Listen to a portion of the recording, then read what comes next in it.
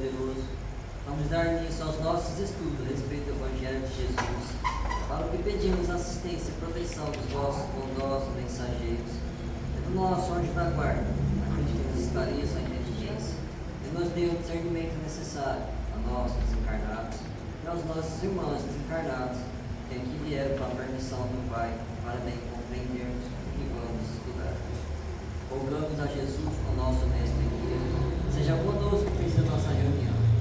Em teu nome, Senhor, do seu bendito Filho Jesus, da nossa Mãe Maria, de Ismael e da irmã veneranda, cuidadora desta casa, damos por aberto a reunião de estudos desta noite. Assim seja. Os vivos do além. E eis que estavam falando com ele dois varões, que eram Moisés e Elias. Em Lucas, capítulo 9, versículo 30. Várias escolas religiosas, defendendo talvez determinados interesses do sacerdócio, asseguram que o Evangelho não apresenta base ao movimento de intercâmbio entre os homens e os espíritos encarnados que os precederam na jornada do mais além. Entretanto, nesta passagem de Lucas, vemos o mestre dos mestres confabulando com duas entidades regressas da esfera invisível, de que o sepulcro é a porta de acesso. Aliás, em diversas circunstâncias, encontramos o Cristo em contato com almas perturbadas ou perversas, aliviando os padecimentos de infortunados perseguidos. Todavia, a mentalidade dogmática encontrou aí a manifestação de Satanás, inimigo eterno e insaciável. Aqui, porém, trata-se de sublime acontecimento no amor. Não vemos qualquer demonstração diabólica, e sim dois espíritos gloriosos em conversação íntima com o Salvador. E não podemos situar o fenômeno em sua associação de generalidades, porquanto os amigos do outro mundo que falaram com Jesus sobre o monte foram devidamente identificados.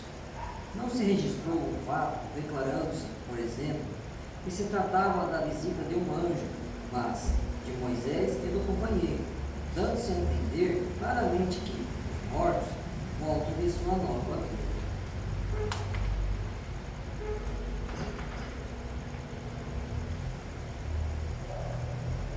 Pai nosso que estás no céu, santificado seja o vosso nome, Senhor. E venha a nós o vosso reino.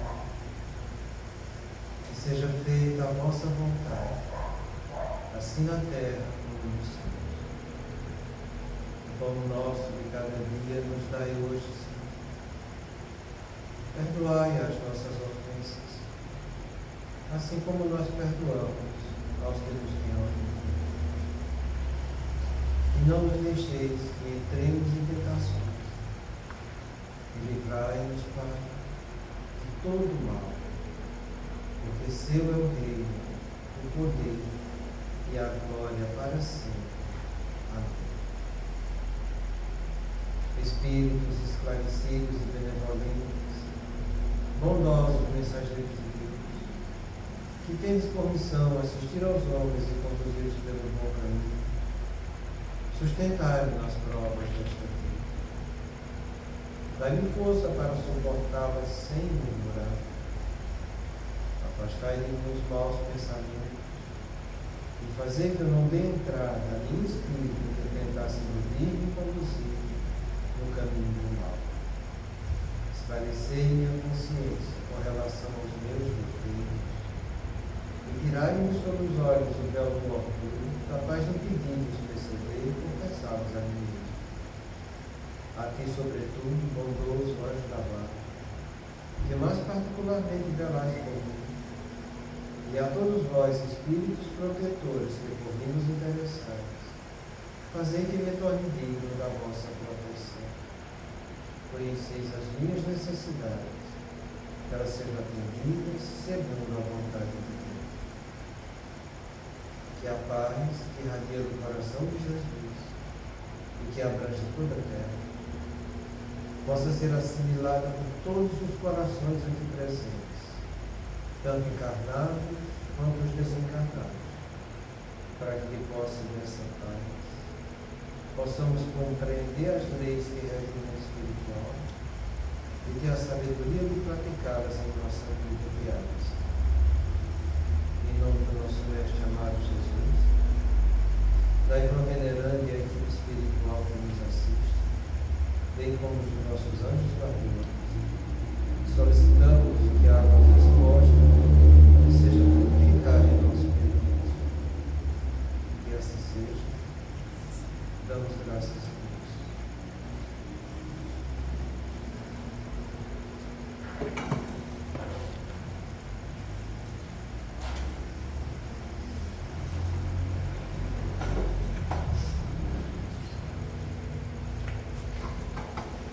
Boa noite. Boa noite. Então, dando continuidade na análise que estamos fazendo de como nosso amigo Licínio fez para superar as dificuldades da vida, o Alírio nos adverte a respeito dessa sexta ferramenta, prática da vigilância e da oração constante.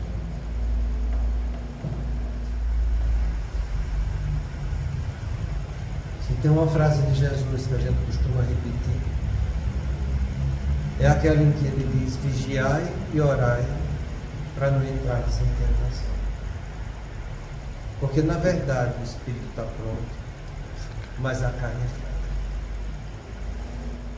A gente costuma pedir dentro da casa espírita para as pessoas praticarem o autoconhecimento, que é como está na questão 919, que Santo Agostinho veio nos orientar como praticar esse autoconhecimento. A gente ressalta sempre da importância que existe isso. E quando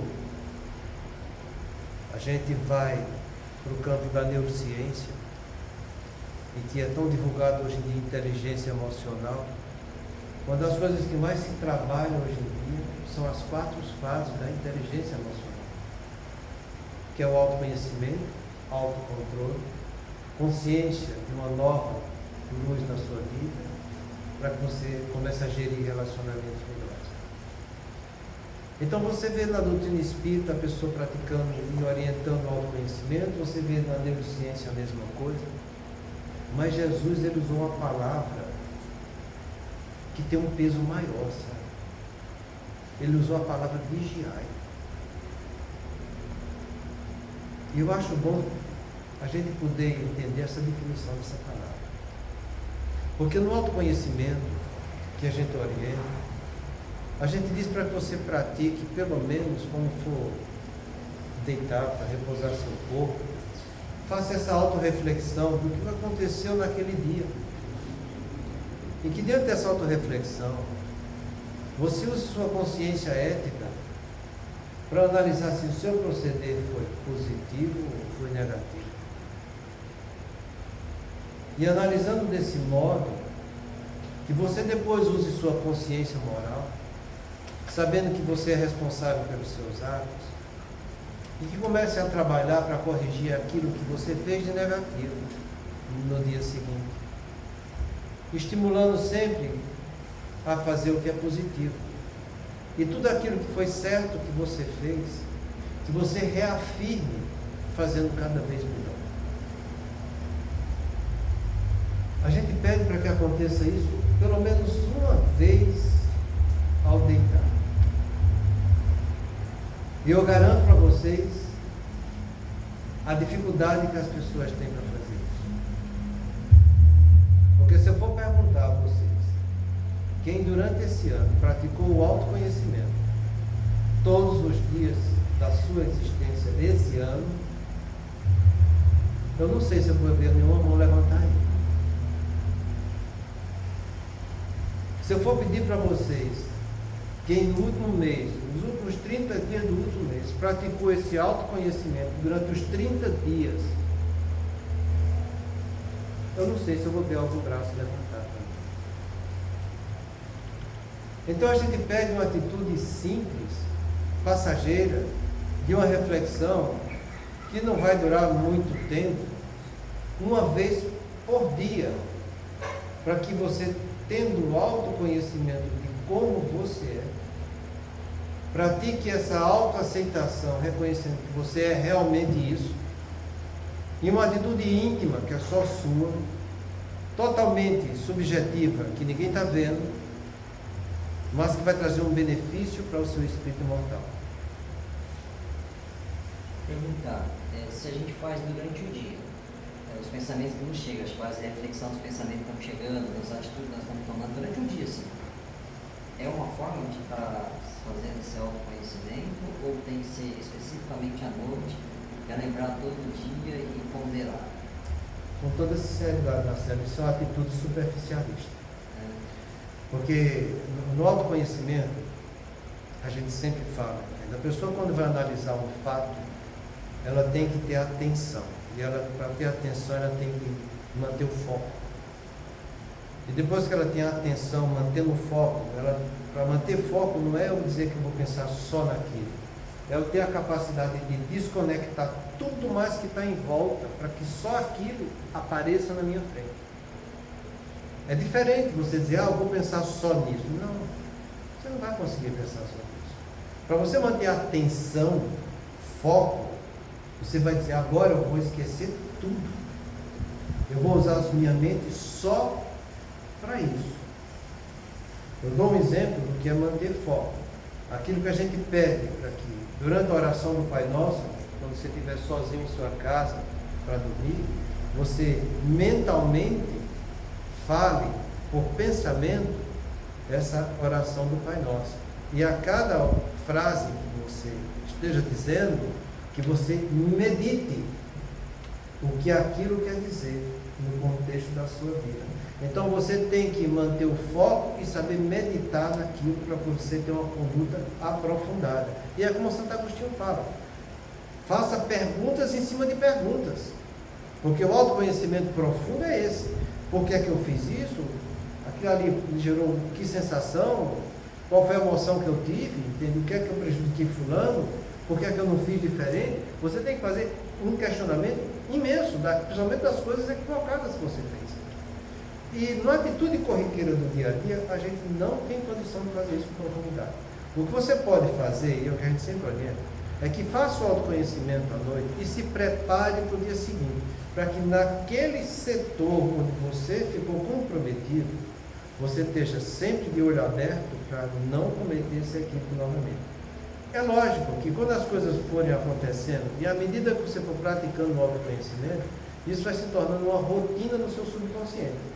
Mas até você tornar isso uma rotina, é preciso você ter exercitado isso inúmeras vezes na sua vida. E é como eu estou falando para você aqui. Se a gente não faz nem no mês todo, todos os dias do mês, como é que eu vou tornar isso uma atitude correta no meu subconsciente? Então a pessoa, quando começa a fazer isso, nessa atitude superficialista da vida, cuidado que ela pode cair no auto-engano. Eu estou falando essa história do autoconhecimento, dessa dificuldade que a gente tem, que você está falando, pela gravidade dessa palavra que Jesus usou aqui, vigilância. Porque a vigilância é uma atenção extrema que eu vou ter. Então, Jesus pede para que a gente pratique esse autoconhecimento com profundidade durante todos os instantes da minha vida. Porque aquele que trabalha a vigilância, você já viu um vigilante dormir?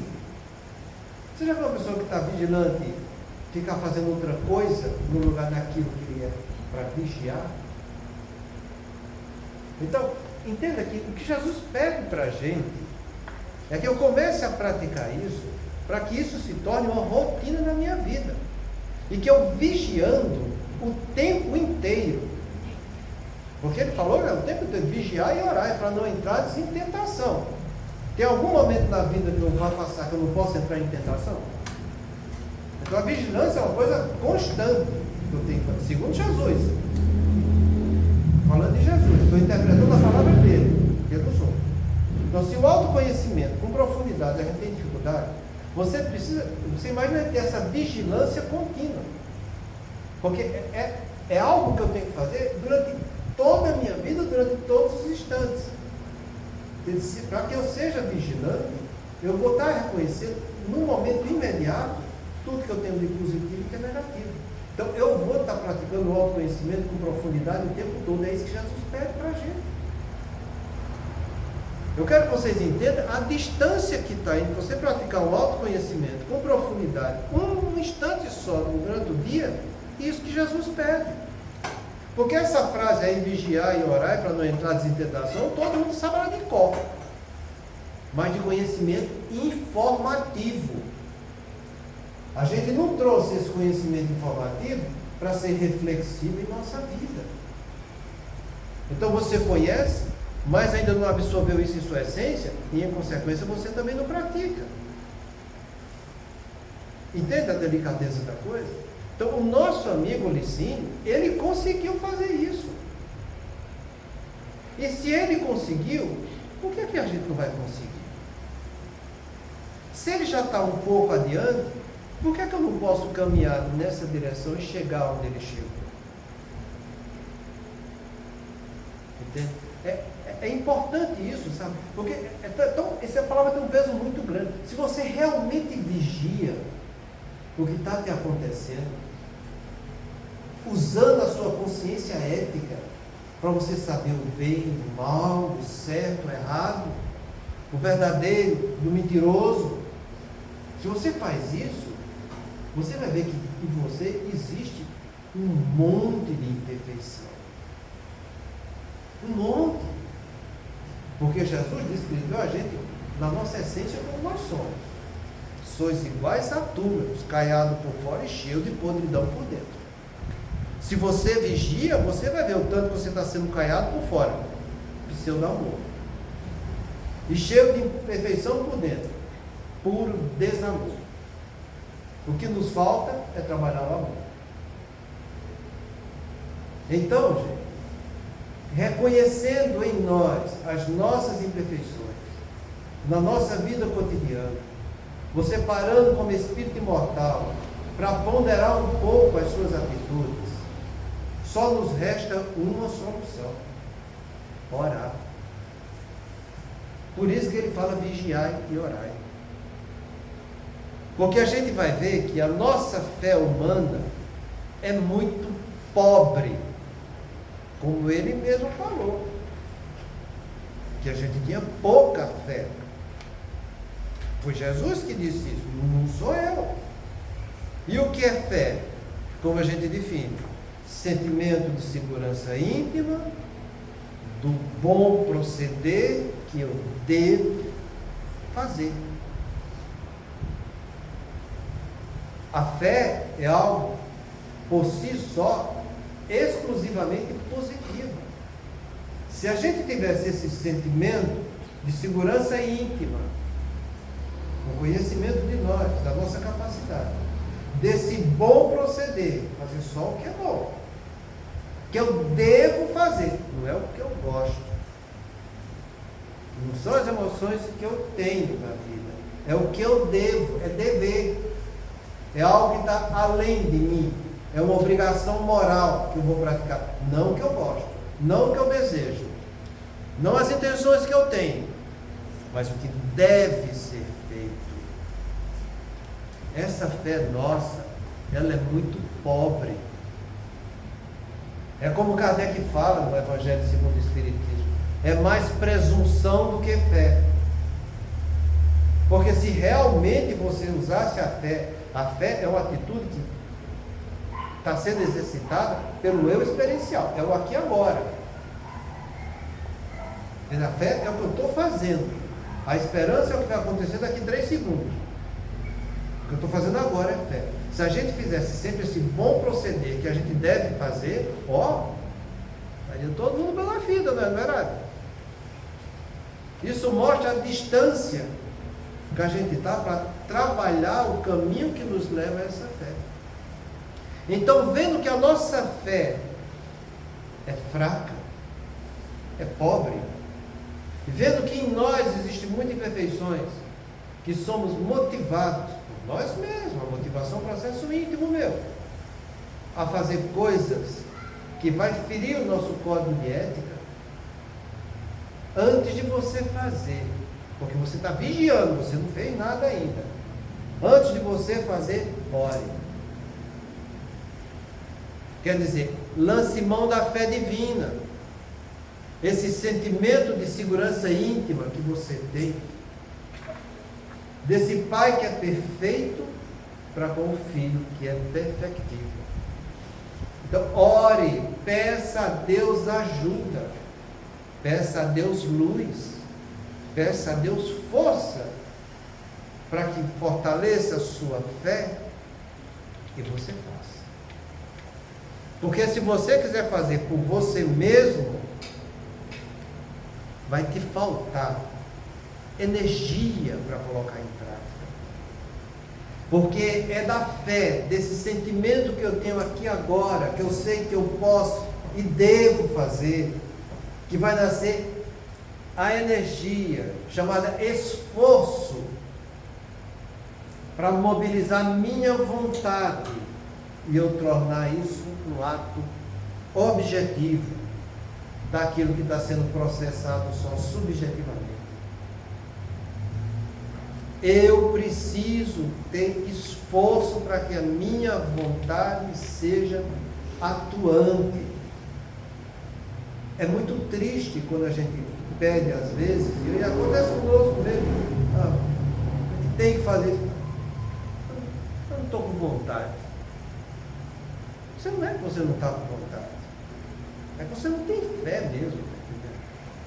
Aí quando você diz a uma pessoa que ela não tem fé, ela fica muito ferida no seu orgulho. E aí a coisa começa a ficar complicada, porque a pessoa não vai se corrigir nunca. Então, vigia, analisa, pesa, mede,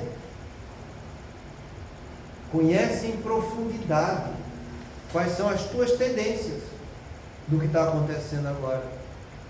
Quais são as emoções que você está se entregando.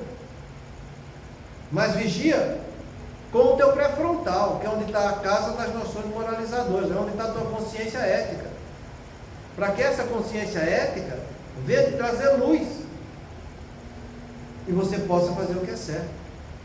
E tanto difícil de fazer o que é certo, ora ao Pai, para que o Pai venha, vendo o teu esforço em tentar, se esforçando cada vez mais, analisando, vigiando, colocando em prática, ele vendo que você está fazendo alguma coisa, ele possa, pela fé divina, vir te auxiliar.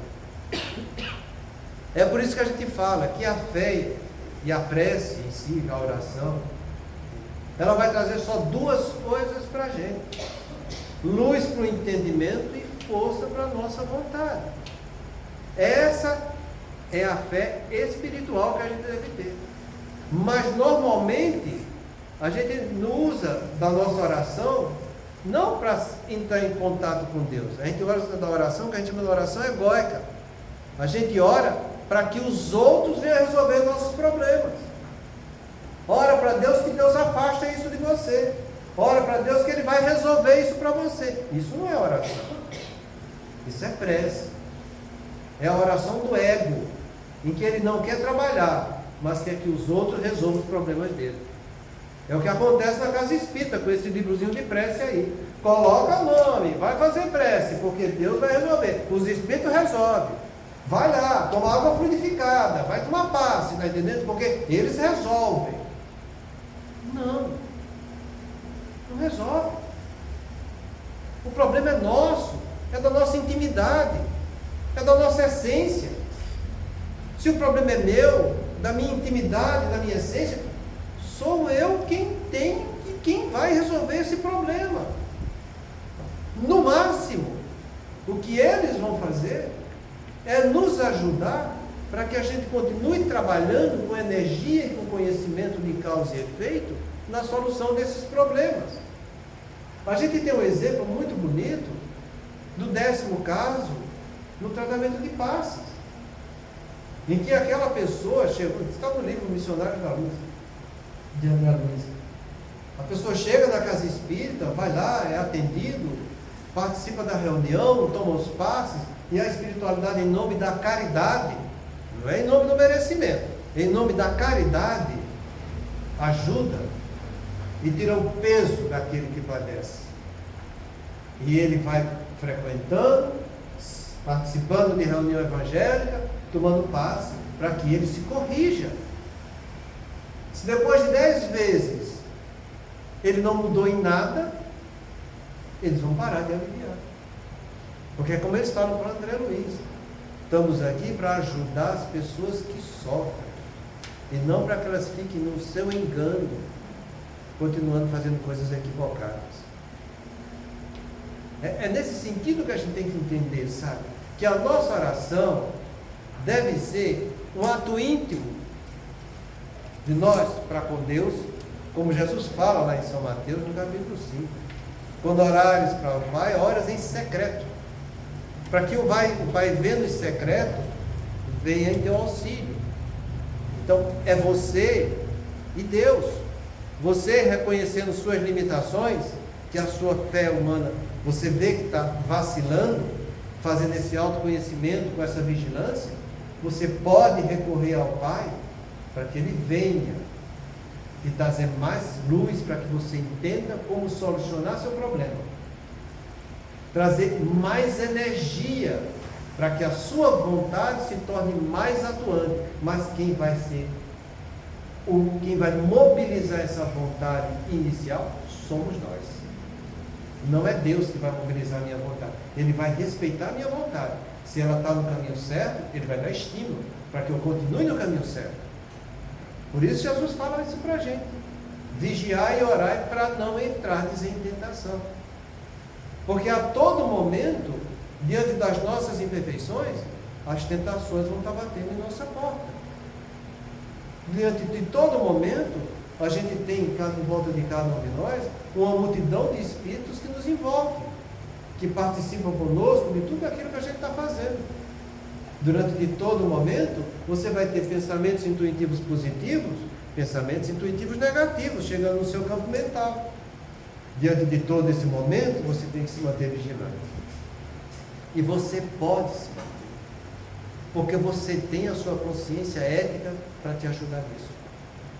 Daí a importância dessa questão 607A do Livro dos Espíritos, em que ele define como surge a nossa consciência como princípio inteligente quando nos transformamos do reino animal para o reino nominal. A consciência de futuro, eu saber que além do que eu estou vivendo na carne, existe um mundo extramaterial, e nesse mundo extramaterial existe um Deus, Pai de todos nós. Isso está na nossa consciência de futuro. Você pode boicotar a sua consciência? Pode. É uma escolha sua. Mas é essa consciência de futuro que vai nascer um dos sentimentos mais sublimes que existe na natureza humana, chamado de esperança.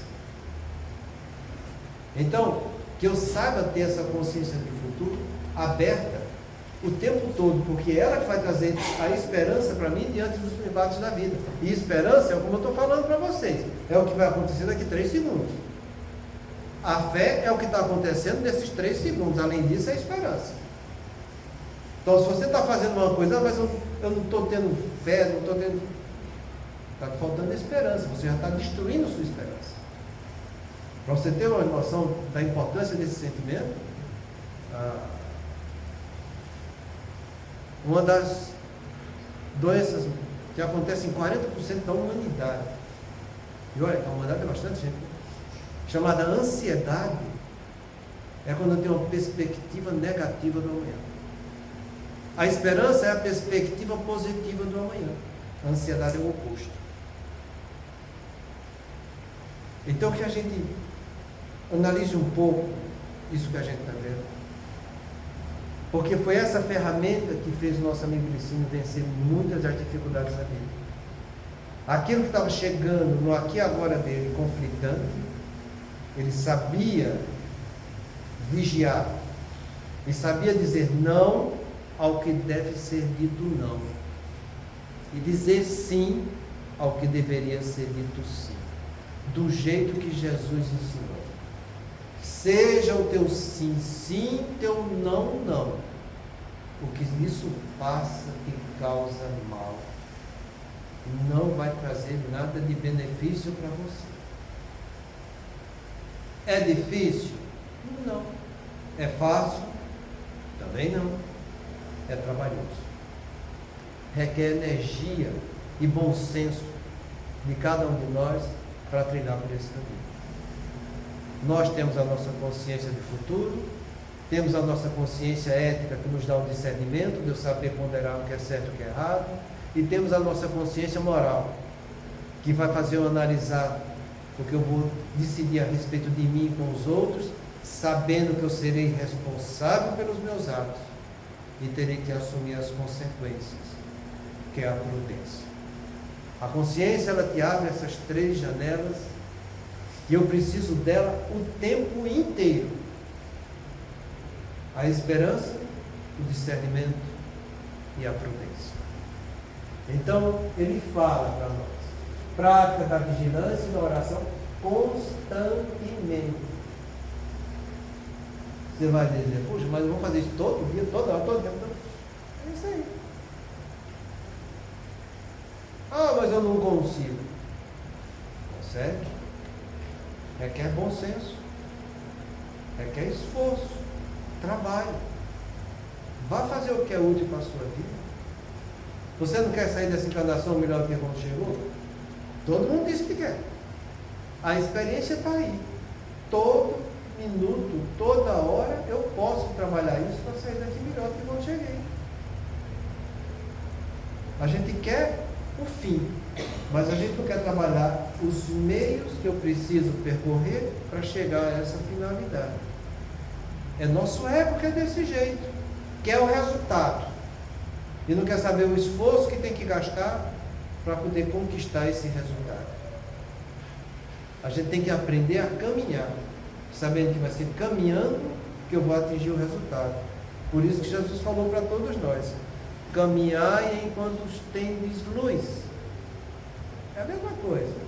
Eu vou andando enquanto eu estou tendo luz para ficar vigilante, para que as portas do mal não venham te abraçar. São as tentações da vida. E você vai ver nos ensinamentos de Jesus isso se repetir várias vezes, em vários momentos, em situações diferentes, mas com a mesma finalidade. Quem de nós não está passando no nosso dia a dia por prova, por expiação e por missão? Quem de nós não pode, usando o nosso discernimento, fazer escolhas corretas, embora não seja aquilo que a gente goste? Porque ninguém vem aqui para fazer o seu gosto. No Pai Nosso, Jesus pediu para que fosse feita a vontade de Deus na terra e no céu. Fazer a vontade de Deus na terra e no céu é o cumprir deveres, e não fazer o meu gosto, não fazer o meu desejo, não ficar preso nas emoções do corpo. Isso são meios que eu vou ter que superar fazendo o dever que eu preciso realizar diante das experiências que a vida está dando. Foi desse jeito que ele venceu as 4 torpes verdades. Ele que teve uma infância torturada por pais obsidiados que o maltratavam e subjugavam. Ele que na infância começou a ter agressões da espiritualidade inferior, que já vinha cobrá-lo das dívidas do passado, mas que teve também a espiritualidade superior, e ele preferiu seguir a espiritualidade superior. Desde criança, ele soube respeitar pai e mãe, mesmo sendo agredido por seu pai e por sua mãe. Ele não teve condição de estudar, como a maioria daqui todos tiveram. Depois que seu pai morreu, sua mãe obsidiada arrumou um padrasto que foi a luz da vida dele. Então, ele teve a avó dele na faculdade mediúnica na infância e teve um pai adotivo quando chegou à adolescência, que levou ele para uma casa espírita, vendo o que se passava com ele. O padrasto era católico, mas ele chegou na casa espírita, se identificou, foi estudar e foi começar a praticar. Frequentou tudo da casa espírita, arrumou um trabalho humilde, porque não teve grandes estudos, e começou a trabalhar na sua faculdade mediúnica e ajudando em todos os setores da casa espírita. Encontrou sua alma ideal, espírito que teve um laço de afinidade com ele, que foi a sua esposa. Depois de 2 anos de convivência, ela faleceu. Ele aceitou aquilo, sabendo que a missão dele seria na solidão. Foi tentado várias vezes dentro da casa espírita por mulheres tentando persuadir com atitudes sexuais. E ele sempre firme, dizendo não. Diante de todas as circunstâncias que a vida foi oferecendo, ele foi vencendo o sexo, o narcisismo, o poder e o dinheiro. Mas o que é mais interessante, não é só ele dizer isso aqui, que ele praticou a vigilância e a oração constante. Diante de todas as dificuldades, ele sempre recorria à oração, e ele sempre nos trará luz para o entendimento e força para a nossa vontade. Então, isso aqui é um processo subjetivo. Isso aqui vai nos mostrar o norte, o caminho. Ele, diante disso, usou o que é certo para ter o reto proceder. Quer dizer, colocar em prática. Severidade imposta aos seus atos e disciplina na desincumbência dos seus deveres. Entendeu isso aqui? Que ele está cumprindo o dever? Ele não está fazendo o que deseja? Ele não está fazendo o que ele gosta? Ele não está fazendo o que as emoções da vida estão dando para ele através do corpo? Ele está cumprindo deveres, obrigações morais. Ele colocava em prática. Eu sei que é assim. Analisei, pensei, meditei, usei minha capacidade ética. É assim que eu vou proceder? Então eu vou e faço. E fazia. Se ele, diante de todas essas dificuldades, fez, por que nós temos situações infinitamente melhores do que a dele? Não fazemos. É nessa hora que a gente deve se perguntar: se eu sei que eu devo, por que é que eu não vou fazer?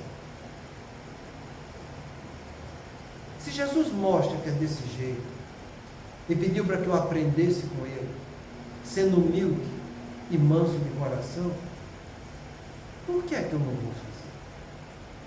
Se ele me garantiu que diante dos percalços da vida, como ele disse, vinde a mim todos vós que estáis cansados, aflitos, sobrecarregados, que eu vos aliviarei, por que é que eu não vou confiar nele e fazer?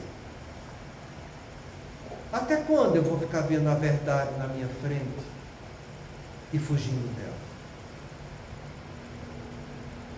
Será que eu vou jogar fora mais uma experiência na vida humana para trabalhar meu espírito, sabendo que eu devo, sabendo que Deus está me ajudando e que me falta é eu colocar em prática, tendo esse reto proceder? São coisas que a gente tem que se perguntar. Porque, na verdade, a gente vive mergulhado num negócio chamado auto-engano. O nosso ego usa isso como mecanismo de defesa do ego. Primeiro, ele não quer trabalhar, ele quer ficar na zona de conforto. Ele fica sentado, vendo as oportunidades da vida passar, mas para ele está bom do jeito que está. Entendeu? Ele ainda está com saúde. Ele ainda está tendo as necessidades básicas. Tá bom. Então, é o primeiro auto-engano. É você ficar no ócio, na indiferença, na preguiça moral. Mas isso passa. Porque você já tentou ficar sentado numa cadeira o dia inteiro? Vê se você consegue. É isso que acontece com a pessoa que está na zona de conforto. Vê se fica sentado sem se mexer o dia inteiro. Não dá. Você sofre, te incomoda, te dá agonia. Aí quando vem a oportunidade de levantar da cadeira e fazer alguma coisa, você faz um esforçozinho, mexe para cá, mexe para lá e diz: eu não consigo. Eu não dou conta. Eu não sou capaz. E fica se espreguiçando na cadeira, vai para um lado, vai para o outro, espicha assim, entende? Porque incomoda ele ficar sentado numa posição só. Mas levantar, andar e fazer a coisa é muito difícil. Porque o ego fala que é desse jeito. Que ele não pode, que ele não consegue, que ele não dá conta. E ainda lança mão da terceira fase do auto-engano. Quando você quiser, você faz. Eu mudo na hora que eu quiser. Mudanças bruscas e intempestivas. Isso não existe. Toda mudança na vida requer paciência e coragem, com esforço constante para atingir a meta. Ninguém vai mudar do dia para a noite, da água para o vinho. Ninguém. Isso não existe nem nunca vai existir. A vida ela é feita de trabalho, como Jesus mesmo nos orientou. O Pai trabalha todo dia. Eu trabalho também. Vai em busca do que é útil, do que é bom, do que vai trazer benefício para o seu espírito mortal. Aprende que você pode colocar em prática o que a vigilância e a oração mostrou para você. Seja severo nos seus atos. Não encontre nem vá atrás do que a gente chama de licença moral.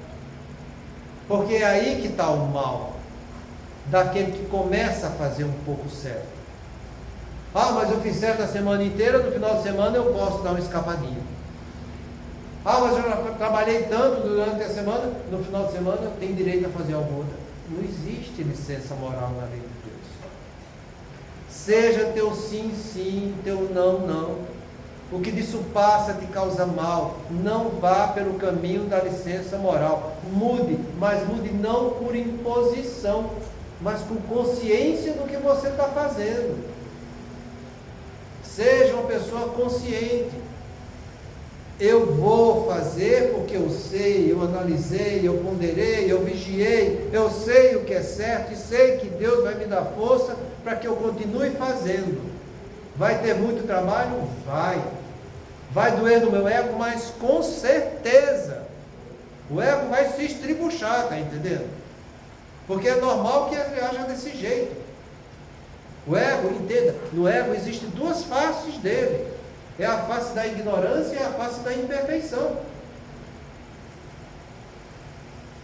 Se ele for esclarecido, ele tem que mudar. Ele não quer sair da sua ignorância. Se a imperfeição dele mostra que ele está fazendo errado, e ele vai ter que mudar. Então o ego não quer mudar.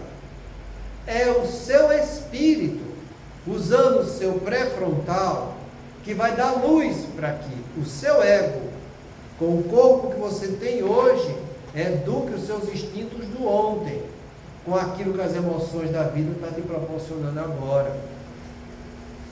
Então não existe licença moral na lei de Deus. Se você está partindo para isso, isso já mostra que você está tendo uma fé cada vez mais vacilante. Ah, mas eu não consigo? Porque não tem fé. Se fosse fé robusta, esse sentimento de segurança íntima, no bom proceder que eu sei que eu devo fazer, e que está ao meu alcance fazer e eu não faço, é porque eu não tenho fé. Então, analise e veja que você é desse jeito. Porque é impossível eu mudar se eu não reconheço o problema que eu preciso mudar. Como é que eu vou mudar de uma coisa que eu não entendo, que eu não enxergo, que eu não sei? É tua fé que está vacilando? Então, robustece ela. Começa a fazer. Mas faz sabendo, eu vou fazer porque é certo fazer o que é certo. E como é certo fazer o que é certo, eu vou cumprir o dever pelo dever. E ponto final. Não fica se questionando, mas e aquilo, mas aquilo outro, é que eu vou sentir falta, não, aquilo, nossa, vai ser tão difícil. Não. Faz o dever pelo dever e vida que segue. É como Jesus falou para nós também. O verdadeiro trabalhador é aquele que pega a chave e vai para frente e não olha para trás. Ele faz o que é certo, porque é certo. É ali que a chave, ali, é esse caminho que eu vou estar traçando, o que ficou para trás ficou. Eu não vou ficar pensando mais. E aquela pedra que ficou lá atrás? Ah, por que eu não fiz aquilo? Não, esquece. Jesus pede para que eu bote o óleo no para-brisa, que eu esqueça o retrovisor, porque senão eu vou ficar arrumando licença moral. E quando você arruma licença moral, você começa a sentir pena de você mesmo. E essa autocompaixão é extremamente destrutiva para a gente, sabe? Então, que tenha severidade imposta aos seus atos. É assim, ponto, acabou. E que você faça isso com disciplina, na desincumbência dos deveres. Então, você vai saber qual o roteiro para que o dever se realize. Você vai analisar tudo, dizer, eu devo fazer assim, diante de tal ato, porque é desse jeito. Isso é chama de disciplina. Por isso que a gente já falou várias vezes para vocês, e eu vou terminar falando isso novamente, sabe? Qualquer mudança que qualquer pessoa pretenda realizar em sua vida, é preciso 3 coisas: visão, disciplina e comprometimento. Visão, você sair da vista humana, que é onde está teu ego. Teu ego está na vista humana, é isso aqui que a gente está vendo, é isso aqui que eu estou sentindo no meu corpo. Sai disso, se desprende um pouco da personalidade, deixa a tua essência acordar um pouco, entende? Tenha a visão do mundo espiritual, visão essa que Jesus trouxe para a gente, que o Espiritismo também trouxe, como a gente está estudando, que a neurociência também traz do autoconhecimento. Tem essa visão, entendeu? É nesse rumo que você deve ir. Aquilo ali não é teu ainda, mas é ali que você tem que ir, entendeu? Então amplia a tua visão com conhecimento de causa e efeito. Monta as disciplinas, as regras que você sabe que precisa cumprir para que essa visão se torne uma realidade. E faz isso hoje, amanhã e sempre com comprometimento, sem vacilar. Porque uma das atitudes mais tristes e deprimentes do ego é ele dizer, eu dou 2 passos para frente e 1 para trás. Isso é mentira. Ele não está saindo do caminho quando faz isso, porque ele não tem consistência no que está realizando. Então você quer se tornar um espírito melhor? Você quer sair dessa vida melhor do que quando chegou? Pois amplie sua visão. Veja a disciplina que você precisa trabalhar para as provas e expiações que você tem que vencer. E faça isso com coragem, com comprometimento. Porque só você sabe na sua essência o que a vida está te oferecendo. Porque foi você que programou, junto com a espiritualidade superior, essa proposta existencial na sua vida. Foi você que se capacitou no estudo do mundo espiritual para concretizar algo aqui melhor. Foi essa espiritualidade boa e amiga que deu essa oportunidade da vida que você está tendo, para que diante dessas experiências você concretize isso. Então não fuja da sua responsabilidade. Porque, por maior que seja a dor de um dever cumprido, ela é muito pouco diante da angústia de uma frustração que eu posso ter amanhã. Então cumpra os deveres conscientemente agora, mesmo que doa no seu ego, porque você vai sair dessa vida um espírito melhor. É melhor você fazer isso do que você ficar nessa zona de conforto, indo em busca dos seus desejos e das emoções da vida humana, para que amanhã você não sinta uma tremenda angústia pela frustração de ter jogado fora mais uma encarnação. Então, mudança precisa de visão, disciplina e comprometimento, como ele teve e como está ao nosso alcance. Eu só vou terminar agora com a última frase, porque a semana que vem a gente vai começar sobre outro assunto. O amigo fala o seguinte: belo caso esse belicínio, que chega a nos gerar uma sensação desagradável, nos convidando a profundas reflexões. Com todas as dificuldades, ele manteve-se fiel ao bem, ao belo e ao bom. Muita paz a todos. Semana que vem a gente vai estudar fascinação do movimento espírita. É um estudo fantástico.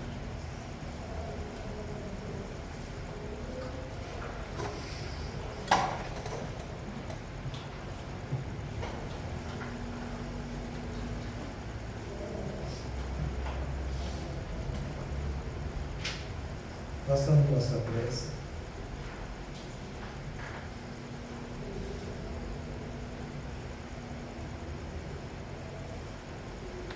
Direcionando a toda a humanidade. Deus nosso Pai, que tens poder e bondade, dai a força àquele que passa pela provação, dai luz àquele que procura a verdade, põe no coração do homem a compaixão e a caridade. Deus, dai ao viajor a estrela guia, ao aflito a consolação, ao doente o repouso. Pai, dai ao culpado o arrependimento, ao espírito a verdade, à criança o guia, ao órfão o pai. Senhor, que a vossa bondade se estenda sobre tudo o que criaste. Piedade, Senhor, para aquele que vos não conhece. Esperança para aquele que sofre.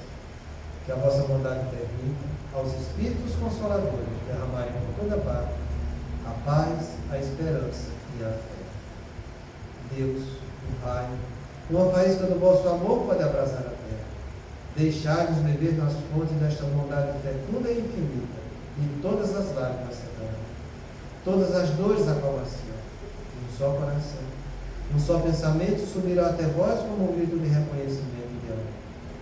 Como Moisés sobre a montanha, nós vos esperamos com os braços abertos. Ó poder, ó bondade, ó beleza, ó perfeição. E queremos de algum modo alcançar a vossa misericórdia. Deus, dai-nos a força de ajudar o progresso a fim de subirmos até vós. Dai-nos a caridade pura, dai-nos a fé e a razão. Dai-nos a simplicidade que fará de nossas almas o espelho onde se refletirá a vossa imagem. O tempo não para. Se agora encontras o teu ontem, não ouvides que a tua ação de hoje será a luz ou a treva do teu amanhã.